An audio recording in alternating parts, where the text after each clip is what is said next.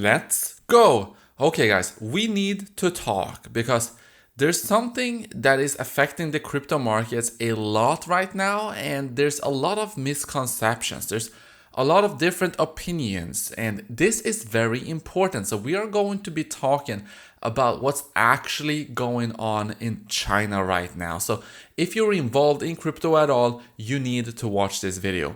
So, this is the thing. Over the last couple of weeks, it has felt like different news about China's opinions and regulations of crypto has been coming out every single day. First, we had the repetitive FUD that we have seen so many times that crypto was being banned there. Okay, so far so good, nothing new.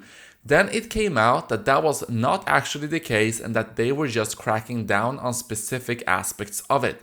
Then there has been more recent news that crypto exchanges in China may be in some trouble with regulations.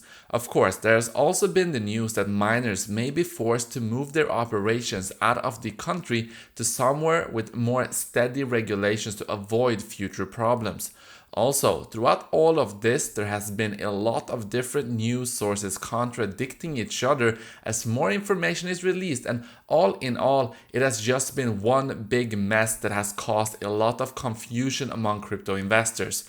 That is why today we are going to do our best to clarify everything that is going on and clearly lay out what we know right now about crypto crackdowns and regulations in China and what it all means for the crypto markets. Before I get started, make sure to subscribe and activate the bell if you enjoy content like this, if you want to get to the root of what's going on in crypto, as well as my regular crypto market analysis videos, top altcoins and much more. Subscribe right now. Okay. Let's start with the most important part of this. Is Bitcoin and crypto in general getting banned in China? Well, right now, the very simple answer to that is no. So the specific warning that was interpreted by some news sources and people on Twitter was actually directed to certain banks and payment companies that had done business with crypto-focused companies in the past. The warning was published in a notice released by the National Internet Finance Association of China, the China Banking Association, and the Payment and Clearing Association of China, all of which are some of the most important and powerful financial entities in the country. So the contents of the notice essentially warned financial institutions not to provide services to companies involved in crypto-related transactions or crypto investment funds. Some of you may know that financial and payment institutions in China have been banned from these activities since 2017, so this would have seemed like a bit of a strange warning to issue. However, it may have been published because some major crypto exchanges in China have still been able to operate due to some banks not being very strict with compliance to current regulations. That is why some people are interpreting this warning as a sign that much stricter enforcement is coming and that it was a bit of a wake-up call to remind exchanges and other entities involved of what the regulations actually are. While in the short term this has been used as FUD and likely contributed to some of the moves downwards we have been seeing, well, in the long term, clear regulations that are actually followed should end up being a good thing, even if it just means that we can stop having the constant China FUD. As for individuals, Chinese state media has clarified within the last few days that citizens are legally allowed to invest in or trade Bitcoin, but that they are strongly discouraged from doing so because of factors such as rampant market manipulations and because of how new tokens can be created out of thin air. Perhaps the most or second most talked about topic involving Chinese regulation is what is happening with mining right now. So, of course, China is home to by far the most hash power for the Bitcoin network as shown on this graph right here. About 65% of the total hash power resides in China, with the USA in second place with about 7.2%. There are multiple reasons for this, such as an abundance of affordable electricity in China, as well as proximity to many of the manufacturers of the parts needed for mining machines. But we may start seeing a move of hash power out of the country in the near future as regulations and uncertainty push mining companies to new locations. One of the most popular regions for Bitcoin miners within China is the Inner Mongolia region, where strict punishments are being put in place for companies involved in crypto mining. This specific region alone accounts for around 8% of the total network hash power. While mining is not illegal, companies are being discouraged from participating in it because of how much energy it consumes.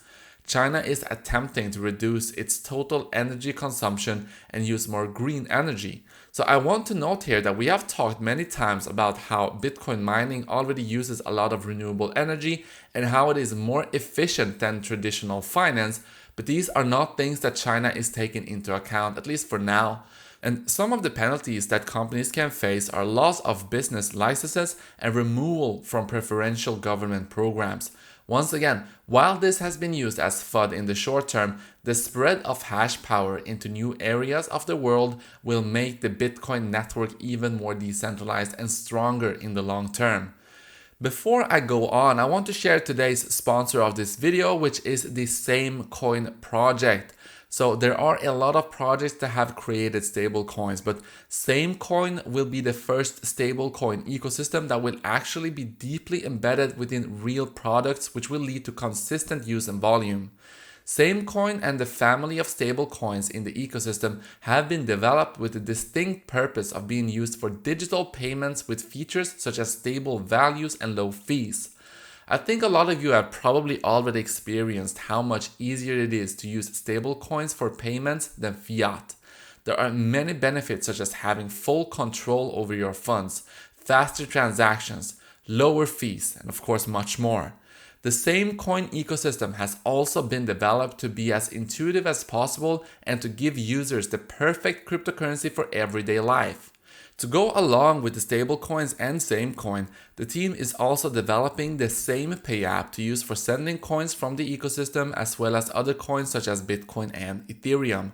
Transactions and trades within the app will have the lowest fees across the market, and it will be available on the Google Play Store this year and for Apple in 2022. SameCoin already has several notable partners that are listed here, as well as a devoted and experienced team, which is shown here. As you can see on the website, the USD and Euro will both be supported, which will assist in adoption across the globe. The SameCoin token is the utility token of the ecosystem and will be used to gain access to cheaper transaction fees as well as for rewards when minting, staking, and governing in the SameCoin protocol. I see people asking about new projects pretty frequently, so if that is something that you're interested in, then you may want to check this out as they have not even launched their coin yet. If you want to be the first to know about any future updates or have the chance at obtaining some of the limited amount of SameCoin that will be available during the upcoming Genesis event, then you can add your email to the sign up list here on the website for more information and future updates. The link will be in the description if you're interested in doing that or just learning more about this coin on your own. Okay, so moving back to China, something that people have been concerned about over the past few days is that many crypto influencers have had their accounts blocked on Weibo, which is basically Chinese Twitter. At first, it appeared as if crypto influencers in general were being targeted, but later on it was revealed that the accounts of miners, wallet providers, traders, media outlets, and even meme accounts were being removed. One of the reasons being circulated by some sources for these actions were that many of these accounts were from influencers who had advertised for crypto exchanges. That is not really something out of the ordinary, as many crypto traders or influencers have exchanges that they like to work with and to offer special benefits to their followers. So this mass account blocking is a bit of a mystery right now. If more information ends up coming out, then I will definitely update all of you about it. While some of the most commonly stated reasons in Chinese media for all the negativity towards crypto are the energy it uses and the danger to investors, a more probable reason could be that they are clearing the way for their digital yuan currency that has been, of course, developed and is currently being tested. It would make sense that the country would want its citizens to use the crypto that they have spent so long working on, and one way to force that is to make it much more difficult to use any other coins. A large amount of digital yuan coins are actually being distributed soon as part of a test phase and to encourage its use. So the timing of the crypto crackdown may not have been just a coincidence. I hope that all of you enjoyed this video. If you did, let me know down in the comment section. Subscribe, activate the bell, and I will see you in the next one.